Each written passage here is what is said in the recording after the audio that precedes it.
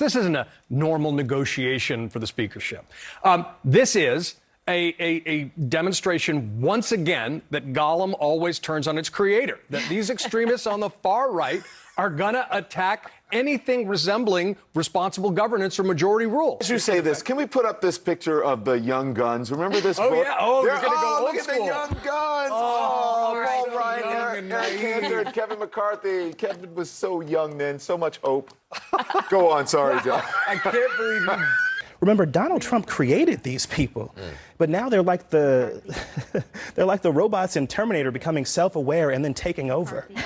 So authorities in California, they say they now have arrested a man for intentionally driving his car off a cliff with a woman and 2 young children inside. California Highway Patrol says that the car, a Tesla, plunged more than 250 feet off the Pacific Coast Highway into a rocky beach area known as Devil's Slide, south of San Francisco. Miraculously, especially when you see this video, all of them survived the crash and were rescued. The man has been charged with attempted murder now and child endangerment. Congressman Dent, how do you see it? Because the likely next chairman of the House Oversight Committee has said he's not going to subpoena President Biden, but will subpoena Hunter Biden. On another network, a cable news host who is very close with the Freedom Caucus laid out what demands could look like. And 2 things he mentioned is standing up a select committee to investigate the Department of Justice for whatever reason you would investigate the Department of Justice. And then the other was to release the full unredacted January 6 transcripts, which would expose witnesses, private citizens who helped that investigation. Essentially, these are letters from the January 6 investigators warning the White House and the Homeland Security Department that certain sensitive, non-public information that was shared with their investigation might no longer be secure once the Republicans take over the House. Specifically, this is the investigators warning Homeland Security and the White House that they are not sure they'll be able to guarantee that the identities of certain witnesses will be protected if Republicans get access to the information that includes the identities of those witnesses.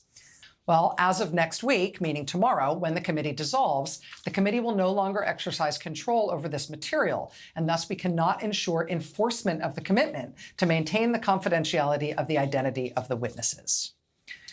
In other words, the January 6th investigation is making clear that they have concerns about protecting the anonymity of certain witnesses who were granted anonymity in the committee's reports for their own safety and security. Here's just one example. One piece of physical evidence obtained by the committee was this remarkable note scribbled by a White House staffer on January 6th. It says, one time civilian, gunshot wound to the chest at door of House chamber. It's basically telling the president that a civilian had been shot inside the U.S. House of Representatives. The investigators were able to establish that President Trump saw this note, and therefore that he knew how bad things were inside the Capitol, including that a civilian had been shot. They knew that because another White House staffer testified to the investigation that they saw the note sitting on a table right in front of Trump. The investigators did not reveal the identity of that witness, quote, to guard against the risk of retaliation.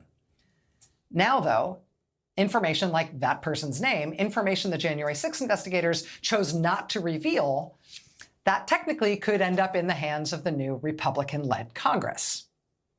So in this letter to the White House and in a similar one to the Department of Homeland Security, that's about interviews with Secret Service agents, the January 6 investigators say that out of concern for the safety, security, and reputations of our witnesses, they're going to hand over sensitive interview transcripts with these confidential witnesses to the White House and to the Homeland Security Department for review at those agencies, review at the White House and review at Homeland Security.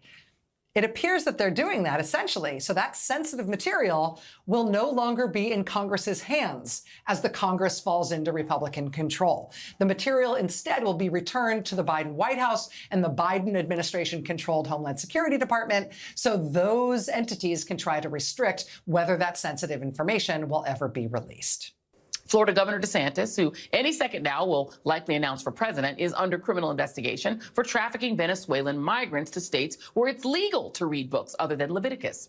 And it turns out the whole operation was also a cool way to funnel cash to one of his aides. Though at least the migrants trafficked by Governor White Power weren't deposited on VP Kamala Harris's doorstep in 13-degree temperatures on literal Christmas Eve. Moving to politics, a rare joint appearance today by President Biden and Senate Republican leader Mitch McConnell in McConnell's home state of Kentucky. We'll tell you why.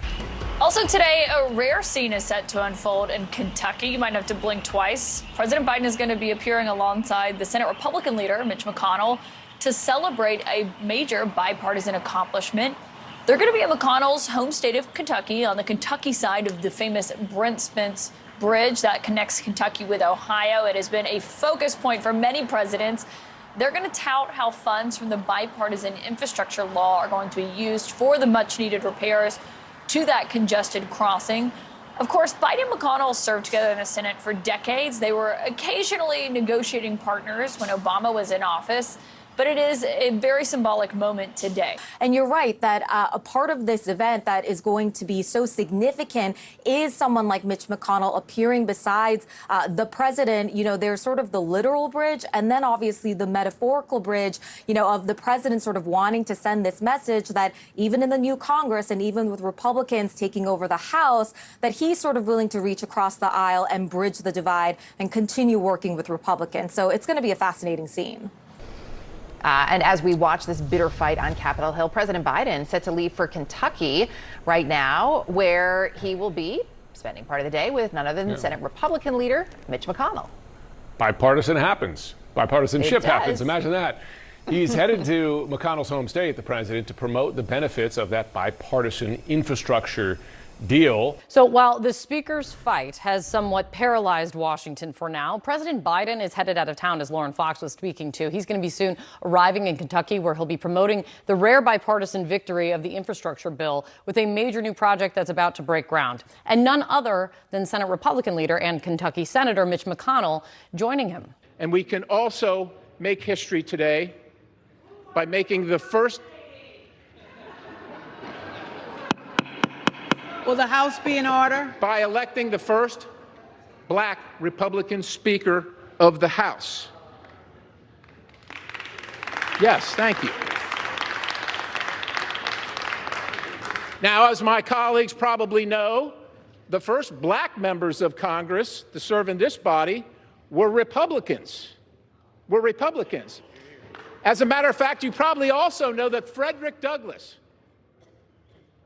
who went and worked with Abraham Lincoln to emancipate the people of color in this country, said he would never be anything but a Republican, I'm going to go back to Congressman Adam Kinzinger, our new senior political commentator. Eventually, you're going to have to make that decision. All right, Congressman Adam Kinzinger, thank you very much. I appreciate our new senior political commentator. Thanks. You bet.